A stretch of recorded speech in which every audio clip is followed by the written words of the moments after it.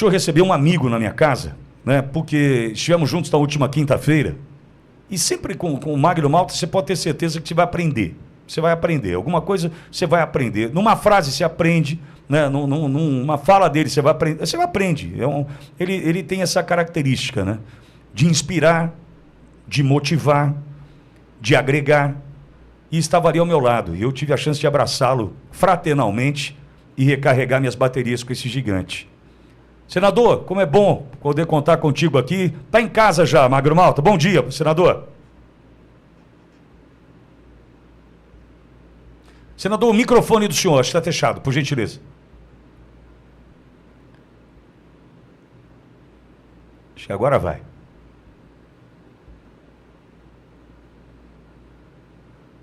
Para a gente poder ouvir Magno Malta aqui na programação. Acho que agora foi, não foi, Edson? Encontrou ali? Dá bom dia para esse querido. É sempre bom estar perto do Magno Malta, eu digo isso, né? Essa história do inspirar, a força que ele tem, né? E espiritualmente falando, sabe? É uma pessoa diferenciada. Conseguiu? Ainda não? Agora sim. Senador, agora sim. Seja bem-vindo. Está em casa aqui, senador? Eu sei que estou em casa. Muito obrigado a você. Muito obrigado à sua audiência, muito obrigado ao carinho, muito obrigado a você pelo brasileiro que é, e parabéns pelo evento do final de semana, pelo evento da quinta e da sexta, em que você foi o mediador, você foi como é que a gente fala? O mestre de cerimônias. Mestre de cerimônia, né? O mestre de cerimônia tão escolado em deixa eu ver, vou inventar uma palavra aqui. Patriosidade. Inventei essa palavra. Você é um treinado em patriosidade. Vou marcar essa palavra, vou falar ela sempre. Patriosidade. Um cara treinado em patriosidade, que não abre mão, independente daquilo que possa vir a acontecer ou não, e o pior Deus não permitirá com a gente. Foi excelente, você está de parabéns, a sua audiência está de parabéns, porque confia no conteúdo, confia naquilo que você coloca no ar e naquilo que você se posiciona. Um homem sem posição, ele não tem futuro.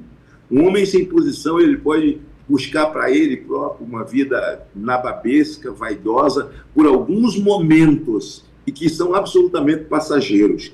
Mas a pessoa que tem posição, ela olha para o espelho e diz: eu sou eu mesmo. Eu vou dormir porque eu sou eu. Ele não enxerga uma farsa, ele não enxerga um oportunismo, um oportunista, ele não enxerga um hipócrita, sabe? E esse é você, como poucos outros que podem olhar no espelho e dizer: de fato, eu sou eu. Chuva, sol, o que acontecer? Eu sou eu. E eu fico muito alegre de ver que existem homens, Deus levantou homens para posições diferentes, em lugares diferentes, mas são pessoas únicas. E você, Pitoli, é uma pessoa única. Única, porque a gente dá entrevista em tudo que é lugar, e a gente vê que as pessoas elas são tendenciosas, elas gostam de colocar casca de banana, elas não têm posição, mas elas querem que você tenha a posição delas, de maneira que elas querem que você erre na sua posição, no caminho que você traçou para a sua vida, os seus objetivos, e são meramente oportunistas. Infelizmente, esses blogueiros chamam jornalistas de blogueiros, fazem todo tipo de inversão, mas você não. Eu gastaria todo o tempo aqui dizendo que tenho muito orgulho da sua amizade, da sua coragem, da sua valentia. Essa fala é minha também, pode ter certeza disso, senador. Obrigado. Senador, queria conversar com o senhor sobre Paulo Gonet, porque no final da semana passada eu vi uma fala do senhor tratando sobre a denúncia, da maneira como se deu. Surpreendentemente, após a denúncia, nós também nos surpreendemos com a quebra do sigilo, ou derrubada do sigilo da delação, e como se deu a delação, sob pressão, enfim, uma delação que não se sustenta em pé. Mas queria ouvi-lo sobre esse momento, porque eu disse aqui, ao longo da minha jornada, senador, me permite estender, mas para o senhor entender, eu fiz uma comparação com um filme, até brinquei, O Exterminador do Futuro 2, eu me lembro que quando aquele inimigo, ele foi jogado na caldeira, ele relutou até o fim, mesmo derretendo ali, né, derretendo o que estava, ele se debatia, ele gritava, ele urrava, mas tentava sair dali. Entendo eu que o mal, colocado na posição que está, acuado e encurralado como já se vê, vai começar a se debater. E por isso mesmo essa corda continua sendo esticada. Estão decidindo passar vergonha no débito, no crédito, passar vergonha mesmo, com denúncias como essa, feita por Gonê, momento que enfrenta Alexandre de Moraes, ou seja, nós temos um momento decisivo pela frente, com este mal sentindo a pressão sobre os seus ombros também, não é não, senador? Olha, esse assunto do Gonê é muito fácil. Eu não recebo ninguém, como você sabe, o Brasil sabe, eu não costumo receber sabatinandos no meu gabinete, porque eu não tenho curso superior, mas minhas filhas têm, meus assessores têm, não sei se você tem ou não tem, se não tem, conhece pessoas que têm, elas fazem um TCC ao final do curso, ou seja, elas precisam apresentar um trabalho numa banca de professores para ser aprovado. E esses caras são indicados pelos presidentes, e eles querem visitar gabinete em gabinete para poder convencer no gabinete para as coisas correrem fácil na hora da sabatina. Eu recebi o Gonê com aquela cara de gente simples, com aquela cara de gente que vai à missa, e aliás a informação que nós temos sobre ele é que ele é uma pessoa católica, né, uma pessoa que vai à missa e tal. Isso não quer dizer que a pessoa tenha misericórdia, né, tenha sensibilidade. E eu recebi ele a pedido do senador Marcos Rogério, que é aluno dele num curso de mestrado, acho que é doutorado, aí no IDP, né, que é o Instituto do Ministro Gilmar Mendes. E, inclusive, quando você pega a formação do IDP, quando ele foi criado, quem assina lá, né, as 3 pessoas que assinam é o ministro Gilmar Mendes, Flávio Dino e Gonê. Eles estão todos juntos, são 3 no Supremo agora, né? Eu estou dizendo Supremo porque o Gonê, como PGR, ele vai para o Supremo, para a sessão do Supremo. Mas nunca agora para estar lá dentro defendendo os interesses da coletividade, advogando a coletividade, que é o papel do Ministério Público. Eu recebi esse cidadão aqui nesse gabinete onde eu estou aqui, falando com você, e o doutor Gonê, eu disse que estou recebendo por consideração do Marco Rogério, mas o senhor fique à vontade, ele apresentou o currículo dele, o currículo é de menos, porque a pessoa sem currículo não é indicada com uma posição como essa, mas ele veio aqui no meu gabinete e aqui ele contou uma bela de uma mentira, né? Então o PGR do Brasil é um mentiroso covarde. Aqui eu estou recebendo o senhor, o Marco disse que o senhor é um constitucionalista, um homem que ama a Constituição, um homem que ama a vida, um homem que anda valores e o ordenamento jurídico do Brasil. Pois bem, ele disse, não, eu cumprirei o ordenamento jurídico. Eu falei, embora o senhor saiba que o ordenamento jurídico não existe no Brasil, quem está mandando é Alexandre de Moraes, ele assina num pedaço de papel, dá 24 horas para entregar o celular, dá 48 horas para se explicar, é todo mundo, é ele, é Carmen Lúcia, é todo mundo. Como é que o senhor vai se postar diante disso? Onde não há um ordenamento jurídico? Ele disse, não, mas o ordenamento jurídico existe para mim, né, senador? Eu sou um homem que tem me mantido juridicamente de uma forma retilínea e eu vou cumprir a Constituição. Eu falei, olha, a Constituição está nas nuvens, nós estamos na época de internet, a Constituição não está aqui, mas eu cumprirei a Constituição. Eu falei, eu espero que o senhor me surpreenda, foi minha frase. O senhor me surpreenda, porque todos que passaram por aqui, a conversa é a mesma.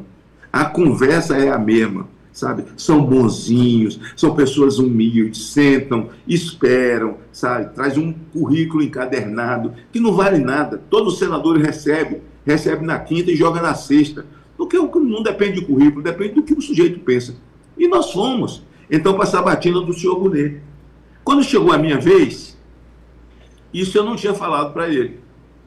Eu falei para ele, doutor Gonê, minha última pergunta.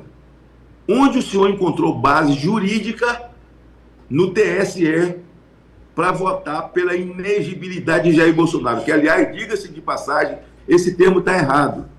Jair Bolsonaro não está inelegível. Ele não foi condenado por nenhum tribunal. Jair Bolsonaro está elegível, Pitório. Que o Brasil que está me ouvindo pare de falar isso.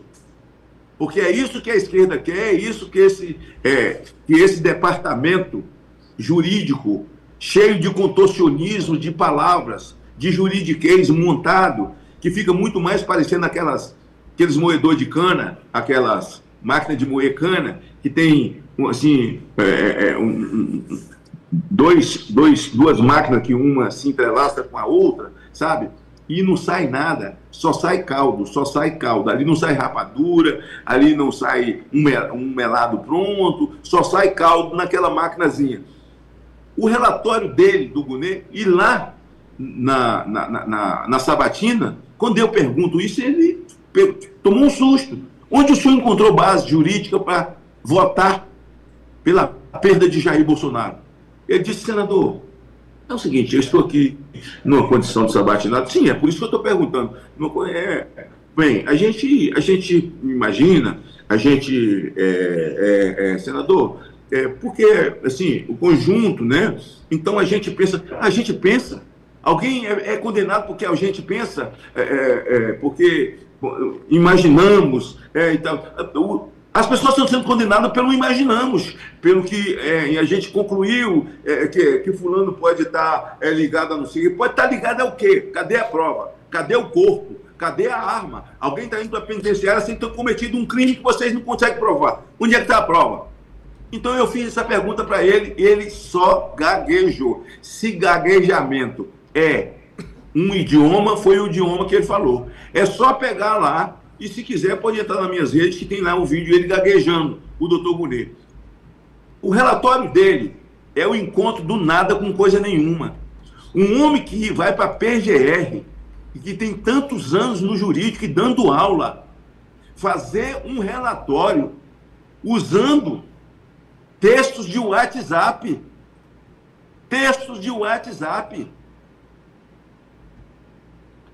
É um negócio do outro mundo. É altamente desmoralizador. Não é que isso traz benefício para Jair Bolsonaro, não. Porque o benefício de Jair Bolsonaro é ter a verdade. A verdade liberta. A mentira tem perna curta, minha mãe dizia. Sabe? E essa mentira que eles contaram já não tem mais onde chegar.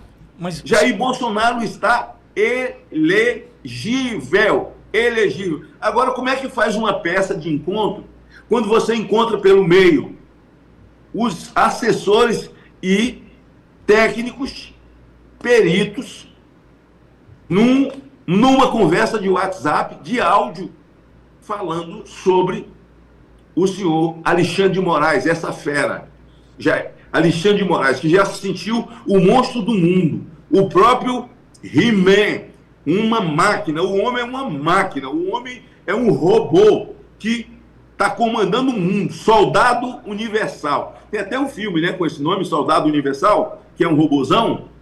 Alexandre de Moraes se sente um soldado universal. Só que as primeiras peças, os primeiros fios já começaram a ser desligados, o robô tem fio por dentro, já começaram a ser desligados. Os montadores de robô já sabem por onde desligar o robô, não é? Então, ele junta com essa peça que é a denúncia do Mauro Cid. Para lembrar os mais novos, Pitório, você se lembra da CPI do narcotráfico?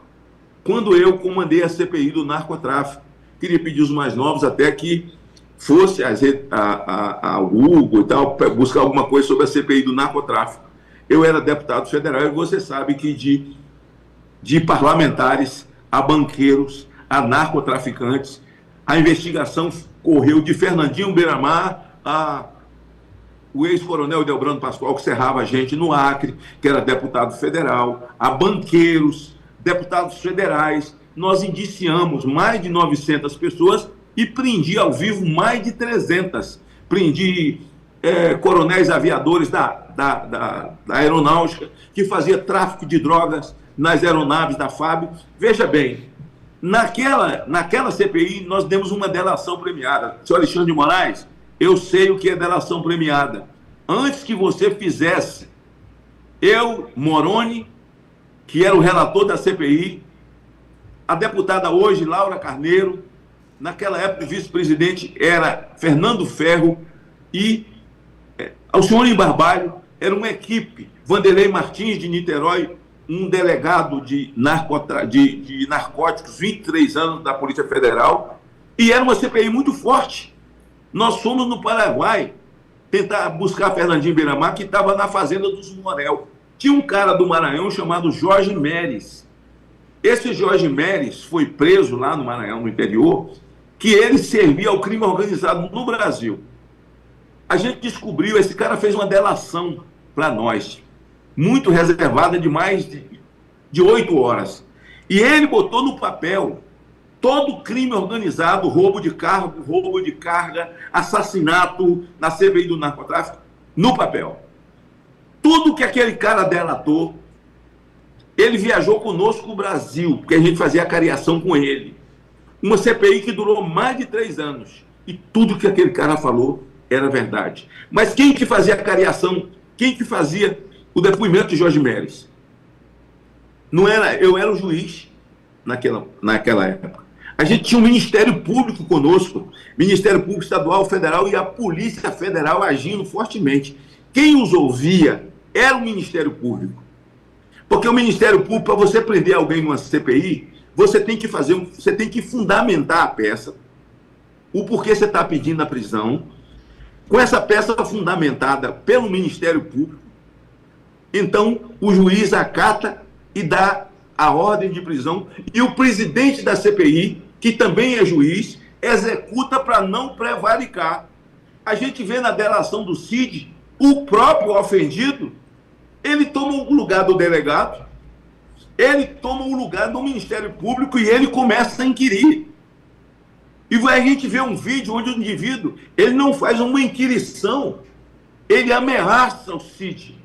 Um cara desequilibrado emocionalmente, um cara que já tinha feito outras delações, e quando o cara vai fazendo uma delação atrás da outra, ele não fala mais lé com cré, e ele estava dizendo o seguinte: chegou ao ponto do senhor Alexandre de Moraes, esse ditador sanguinário, que carrega consigo o sangue de Clesão nas mãos, o sofrimento de centenas e dezenas de órfãos, de viúvas de marido vivo, de viúvos de esposas vivas, presas, atrelados a uma tornozeleira.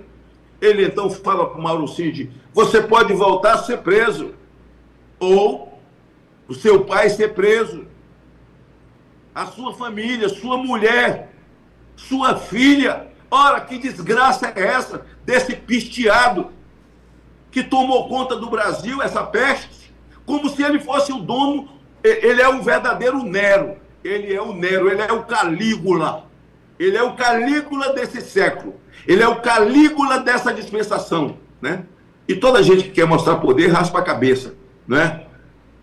Raspa a cabeça. Esse é o Calígula, esse é o Calígula. Então veja, chegou num ponto em que esse cara, sim, quem soprou no ouvido dele certamente não foi Deus, porque aquilo ali, para mim, é só um corpo. O resto é uma entidade de alta patente que está ali. Por isso, nossa luta é espiritual. Sim. Nossa luta é espiritual. Sem coração e sem sentimento. Você está vendo eu com esse negócio aqui na mão? Acho que nem você está entendendo por que eu estou com isso aqui. Sabe o que é isso aqui? Me diz. Vou mostrar para o Brasil. Isso aqui é um bastão de oração. Isso aqui eu ganhei na colmeia. As mulheres passaram, elas criaram esse bastão que é feito com papelão. Dobraram um papelão escrito bastão de oração. Chama ali para mim. Um bastão de oração. Isso aqui passava de mão em mão, 24 horas, orando 24 horas. Esse bastão. Isso aqui é um símbolo. Então, nesse momento, quando nós vamos e estamos clamando pelo dia 8, pelo dia 16, pelos inocentes, pedindo anistia. Agora, o pior é que nós estamos pedindo anistia para inocentes, mas nós estamos pedindo para quem, Vitória? Nós estamos pedindo a inocente para autoridades que foram inocentadas por crime de sangue, assalto de banco, morte de pessoas, e pior, eles foram anistiados por aqueles que ele chama de ditadura militar, que nunca houve ditadura militar, muito pelo contrário, o que houve foi a marcha da família em favor da vida contra o comunismo. E esse povo que lá estava, está aqui do meu lado um símbolo aqui, eu estou te mostrando esse bastão de oração, está aqui, a irmã Hilda. A irmã Hilda. Querida. Essa aqui é a presidente que poderia ter sido, se tivesse golpe. Bolsonaro não estava aqui. Então tinha um golpe que ia ser comandado por ela. E ela ia assumir a presidência do Brasil. E estava armada. Só que ela estava com uma ABS, ela estava armada mesmo, com uma ABS de 66 tiros. Uma Bíblia Sagrada de 66 livros. Essa foi a arma que ela estava. Uma garrafa de 66 tiros. Então nós estamos pedindo anistia para quem, gente? Para terrorista, que assaltou, que roubou, foram para o exílio e foi dada a anistia pelos militares, pelo Figueiredo, mas dando um alerta.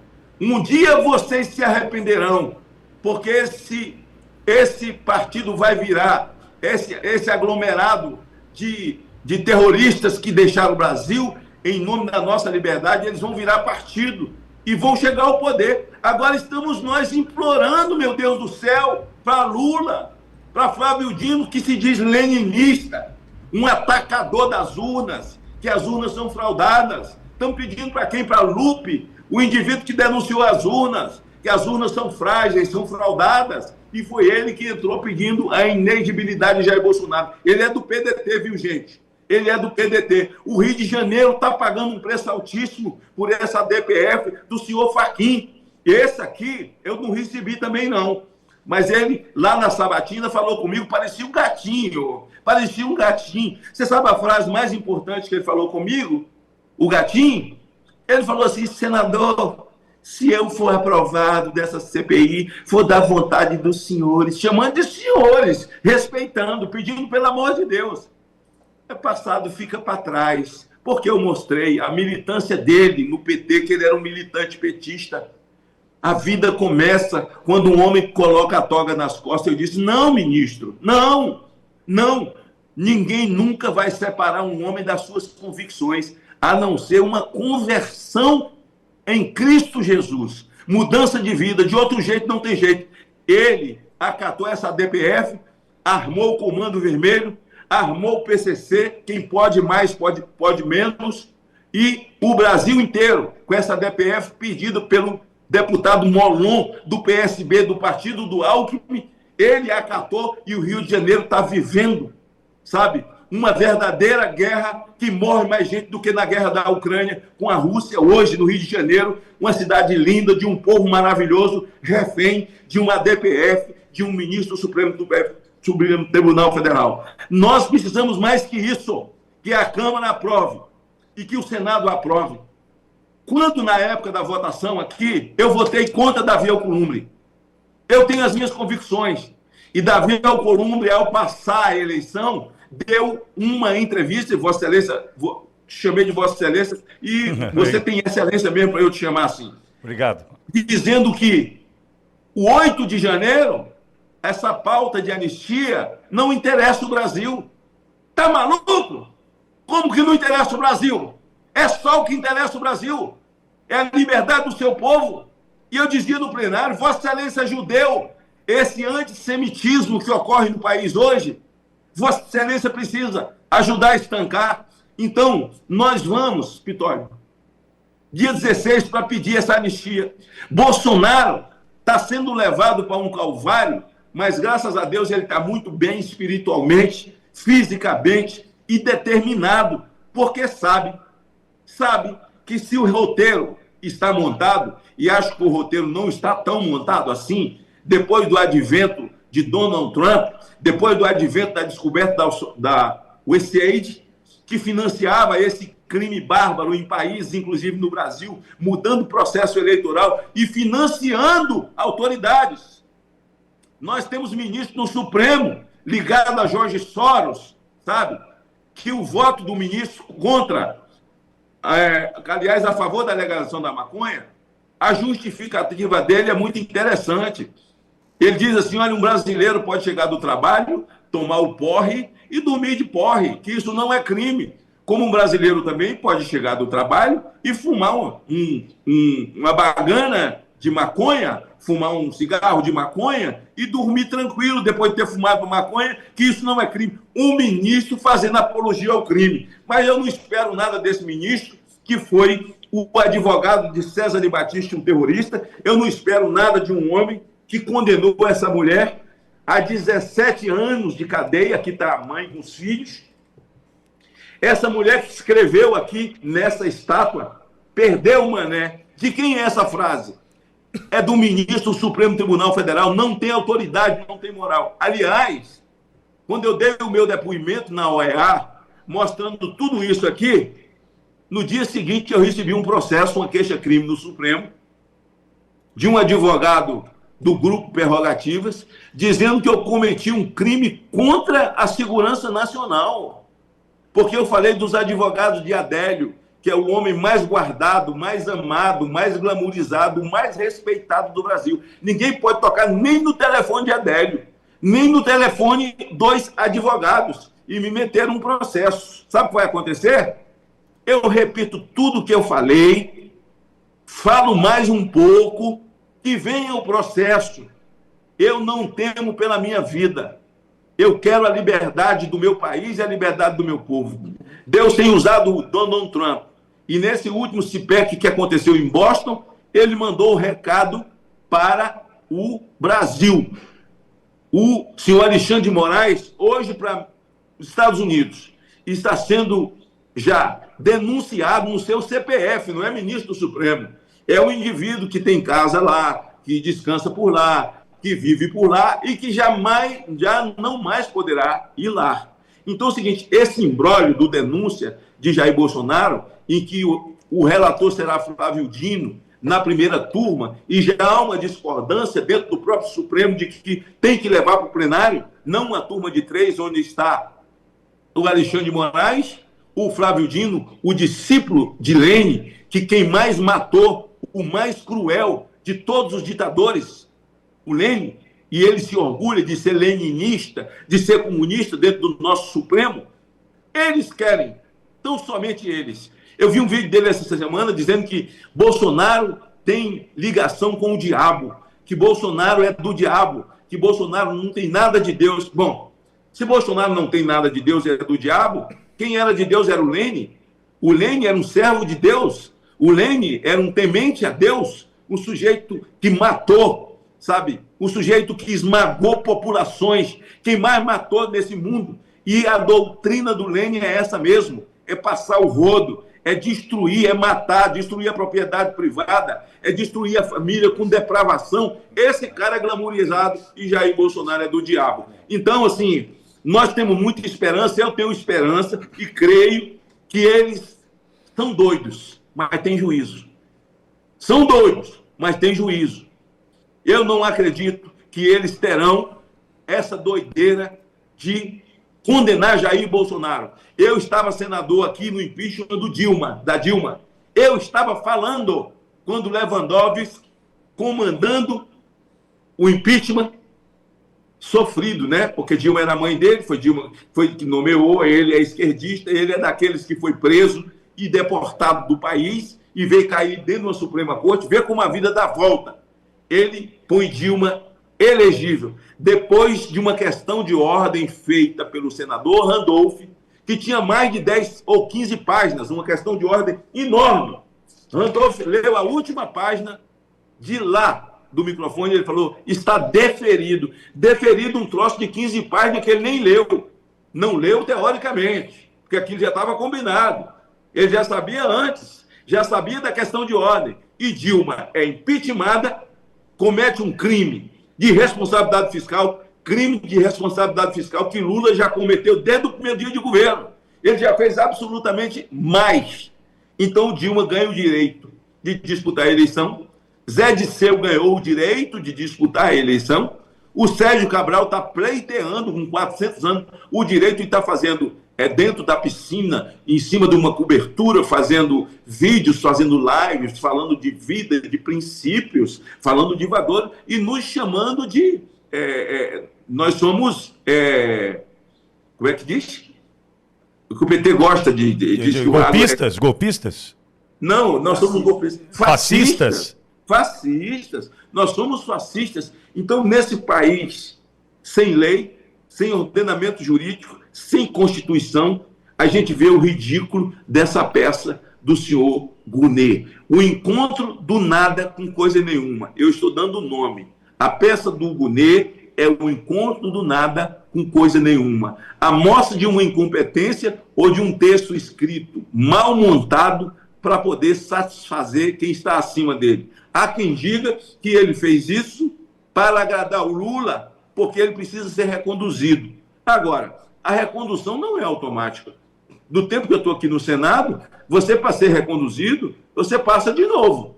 Você vem de novo aqui. E quero avisar ele que essa base do Lula, que não é de esquerda, mas é uma base que está ali flutuando, que tem um ministériozinho aqui, tem uns cargos ali, que gosta. São mosca de padaria. Onde tem doce, eles vão, certo? Mas não são de esquerda, não são comunistas. E essa base, a família deles, o povo deles, o Estado deles, estão cobrando eles posição firme. Café caro, pé de frango, que era R$ 1,99, é R$ 12 hoje, 1 quilo de pé de frango.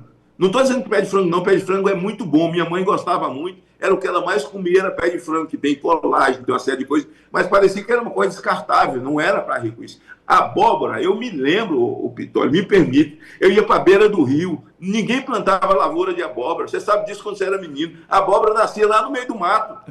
Ninguém plantava lavoura de abóbora. Você achava abóbora no meio do mato. Eu ia para a beira do rio com meus amigos de escola, a gente levava um balde, um pacote de sal, para a gente achar a abóbora. Chegava lá, a gente fazia um fogo, cortava a abóbora e cozinhava com sal. Hoje a abóbora é produto assim, vem depois da picanha, né? Que vem depois da picanha. Estamos vivendo dias no país mais agricultável do planeta, que produz alimento para o mundo inteiro. Agora, eles podiam pelo menos ajudar na redução do valor da carne, porque quem levou todo o dinheiro do BNDES para comprar frigoríficos no Brasil inteiro, quebrar frigoríficos e depois comprar, e serem os maiores produtores de proteína do mundo, são os irmãos da JBS, que foram denunciados na Lava Jato, que denunciaram, que fizeram conta no exterior para Lula, conta no exterior para Dilma. O Palocci testemunhou, e o Palocci agora também está livre,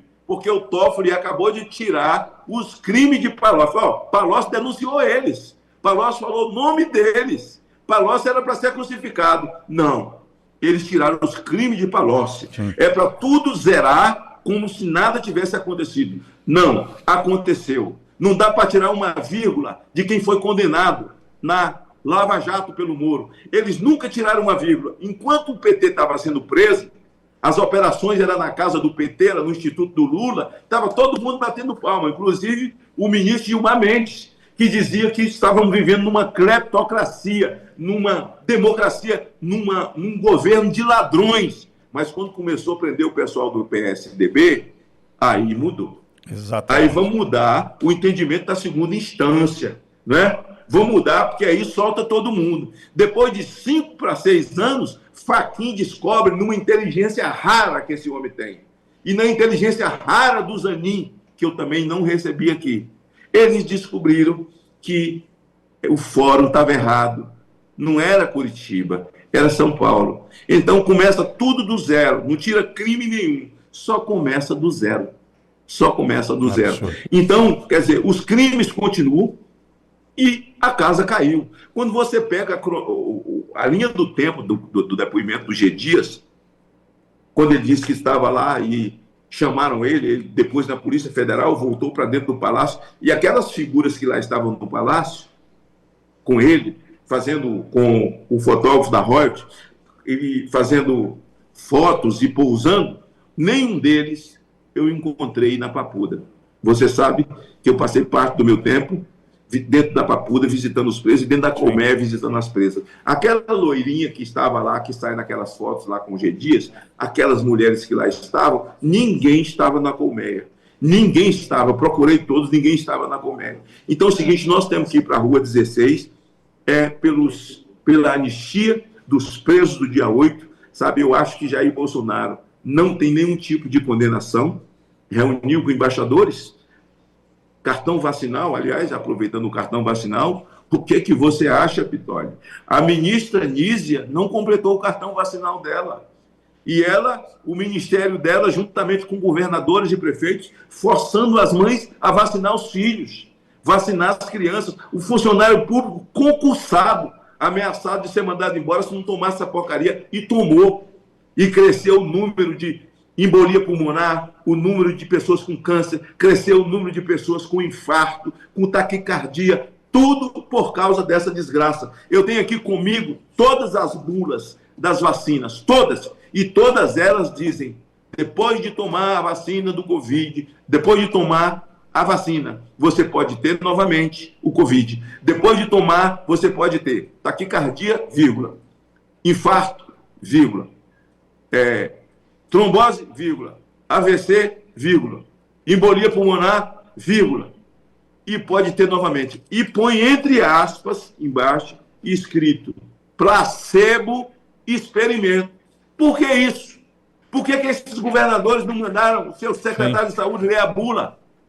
Por que os prefeitos não fizeram isso? E muitos desses prefeitos e muitos dos senadores não se vacinaram. Deputados federais não se vacinaram, governadores, prefeitos, e fazendo com que o povo entrasse numa miséria dessa, numa comorbidade que vai durar o resto da vida. As próprias fabricantes das vacinas, elas compraram todas as outras empresas fabricantes de anticoagulante,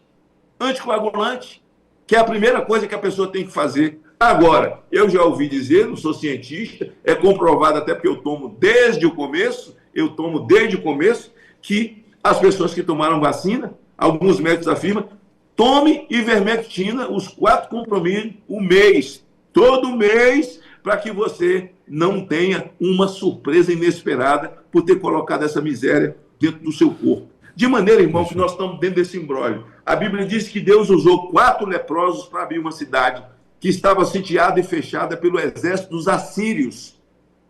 Há meses, acabou a água, acabou a comida, eles não sabiam o que fazer, a cidade estava fechada. Naquela época a gente sabe que as cidades elas eram muradas e eles não tinham como fazer. Mas lá fora tinha 4 leprosos, porque quando alguém adquiria lepra, ele era colocado longe da família para viver no mato. E a Bíblia diz que os 4 leprosos se encontraram. E um falou para o outro, nós estamos mortos já.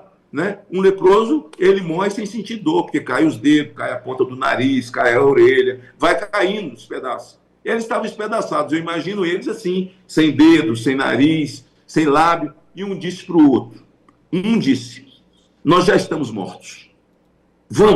Estamos mortos. Vamos lá no exército dos assírios. Se eles nos matarem, nós já morremos. E se eles nos derem comida, nós vamos comer e vamos nos fartar. E eles caminharam para lá. Quando eles caminharam para lá, o exército dos assírios começaram a ouvir som de cavalarias, de cavaleiros, trombeta de que exércitos estavam chegando para a guerra contra eles. Eles fugiram. Quando os leprosos chegaram no lugar onde eles estavam acampados, não tinha ninguém. Só tinha comida, só tinha arma e ouro. Eles comeram, se fartaram, foram na porta da cidade, começaram a bater no portão, abra, porque a cidade está livre. E eu tenho orado a Deus durante esses anos que nós estamos vivendo esse sofrimento, dizendo, Deus só precisa de um leproso para libertar o Brasil, para libertar essa cidade. Mas eu acho que Deus já fez isso. Eles estão vindo. Quando eu olho para as atitudes do Elon Musk, que foi fundo para descobrir os crimes dessa USAID, os crimes, e descobrir que essa USAID é quem, o USAID, em termo americano, para esse departamento, é quem também dava o dinheiro para o Jorge Soros. Jorge Soros banca a esquerda na América Latina com dinheiro do suor americano. É um bilionário que financia os desmandos da esquerda com o dinheiro do povo americano, não é o dinheiro dele. Quando descobre que eles fizeram intervenção na eleição do Brasil e que, senão, sem ela, o Jair Bolsonaro hoje estaria na presidência da República e o Brasil não estaria vivendo a miséria que está vivendo, a desgraça que está vivendo, os preços exorbitantes, aquilo que alguém fazia uma compra para sua família com R$200, hoje ele não faz mais com R$1.200. Você chega na feira, até o preço do chuchu, ninguém nunca plantou chuchu sempre nasceu sozinho. Aliás, tem um chuchu no palácio, né? Chuchu sempre nasceu sozinho, né? A abóbora sempre nasceu sozinho. E hoje está de um valor inestimável, incalculável, impensável. O Brasil vive a sua maior derrota, uma recessão. Nós já estamos vivendo uma época em que, segundo alguns especialistas, até especialistas que não creem em Deus diz: vocês que creem em Deus, a situação do Brasil, só um milagre. Eu espero, e vou usar um termo aqui, eles não têm culhão para condenar Bolsonaro. Eles não têm, ô Pitoli, eles não têm diante do quadro que se avizinha ou do quadro que já está diante. Porque não é possível que eles sejam tão loucos ao ponto de apontar um crime que possa tirar Bolsonaro do jogo democrático, do processo eleitoral, porque se inocentes estão tomando 17 anos, 14 anos, 15 anos de cadeia, sem piedade, sem misericórdia, para quem não cometeu crime, no mínimo uma bagunça, no mínimo cometeram baderna aqui, quebraram vida aqui, outro ali, coisas piores que já foram feitas pelo MST, coisas piores que já feitas pela força sindical, que já foi feito pelos black blocs, botando fogo aqui na esplanada dos ministérios, e tudo isso foi manifestação de grupos que militam por uma liberdade revolucionária, mas esses simples inocentes que amam a Bíblia, que amam a família, que amam a pátria, e para que vieram? Porque não querem o comunismo, não querem o aborto, não querem ideologia de gênero, não querem vacinar seus filhos, não querem colocar essa desgraça dentro do corpo. Estavam vivendo um catarse, um sofrimento emocional, que vieram para cá, assim como eu e tantos outros, esses foram considerados. E pior, fizeram uma emboscada. Eles foram levados com uma emboscada, botaram dentro de ônibus e disseram: olha, vocês vão para casa, vão para a rodoviária, vamos levar vocês. Na verdade, não era verdade. Foi uma emboscada, uma coisa traiçoeira, uma coisa armada que fez parte. O Exército, as Forças Armadas, que hoje não vale zero, para mim vale menos do que zero, que dá continência para bandido, que dá continência para ditador. E ainda aquele coronel, dando o depoimento na CPI do DF, disse a admiração dele pelo Lula, a admiração da inteligência emocional do Lula. Presidente, eu liguei e falei com o senhor, eles estão pensando que nós estamos aqui para proteger eles, nós estamos aqui para prender todo mundo. E o Lula responde: prende tudo, porque tudo é vagabundo. Quem é Lula para chamar alguém de vagabundo, hein, Pitoli? Quem é Lula para chamar alguém de vagabundo? Senador, eu sempre, quando abro o microfone para o senhor, é por isso. A gente passa por tantos assuntos importantes, que fazem com que a audiência reflita, o que é fundamental nesse momento. Porque a gente tem 16 de março pela frente, mas a gente tem outubro de 2026 pela frente. A gente tem que estar preparado para essa batalha, através da informação, o poder está na informação, para que a gente tenha armas para lutar, porque a batalha promete ser gloriosa se a gente não desistir dela agora. Senador, obrigado mais uma vez por estar aqui conosco, viu? Dia 16 nós estaremos na rua pelo Fora Lula. Fora Lula. Fora recessão. Fora Haddad.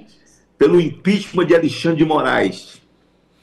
Fora Lula. Impeachment de Alexandre de Moraes e de todos aqueles que cometeram o crime. Eu só vou encerrar te contando o seguinte. Fica aqui do meu lado aqui, mãe, que eu quero encerrar aqui com ele aqui. Assim, as pessoas me perguntam como é que era dentro do presídio. Como é que era dentro do presídio? Assim, eu saía de lá emocionado, porque eu passava 3 horas numa ala, onde estavam as mulheres, 2 banheiros, depois mais 3 de outra ala, mais 3 de outra ala. E, assim, eu fico emocionado, cara, porque eles, lá dentro da Papuda, eles gritavam assim: ala 1, eles gritavam presente, ala 2, ala 3, agora. E as mulheres faziam a mesma coisa. Elas começavam assim, ó. Porque ele vive, posso crer no amanhã. Porque ele vive, temor não há. Mas eu bem sei, eu sei que a minha vida está nas mãos do meu Jesus, que vivo está. A hora está chegando. Amém, Jesus. Amém, amém. Beijão nessa querida. Obrigado, senador. Até a próxima. Obrigado, querido. Tá na tua casa. Obrigado, senador Magno Malta. Conosco, arrepiado aqui. Coisa maravilhosa.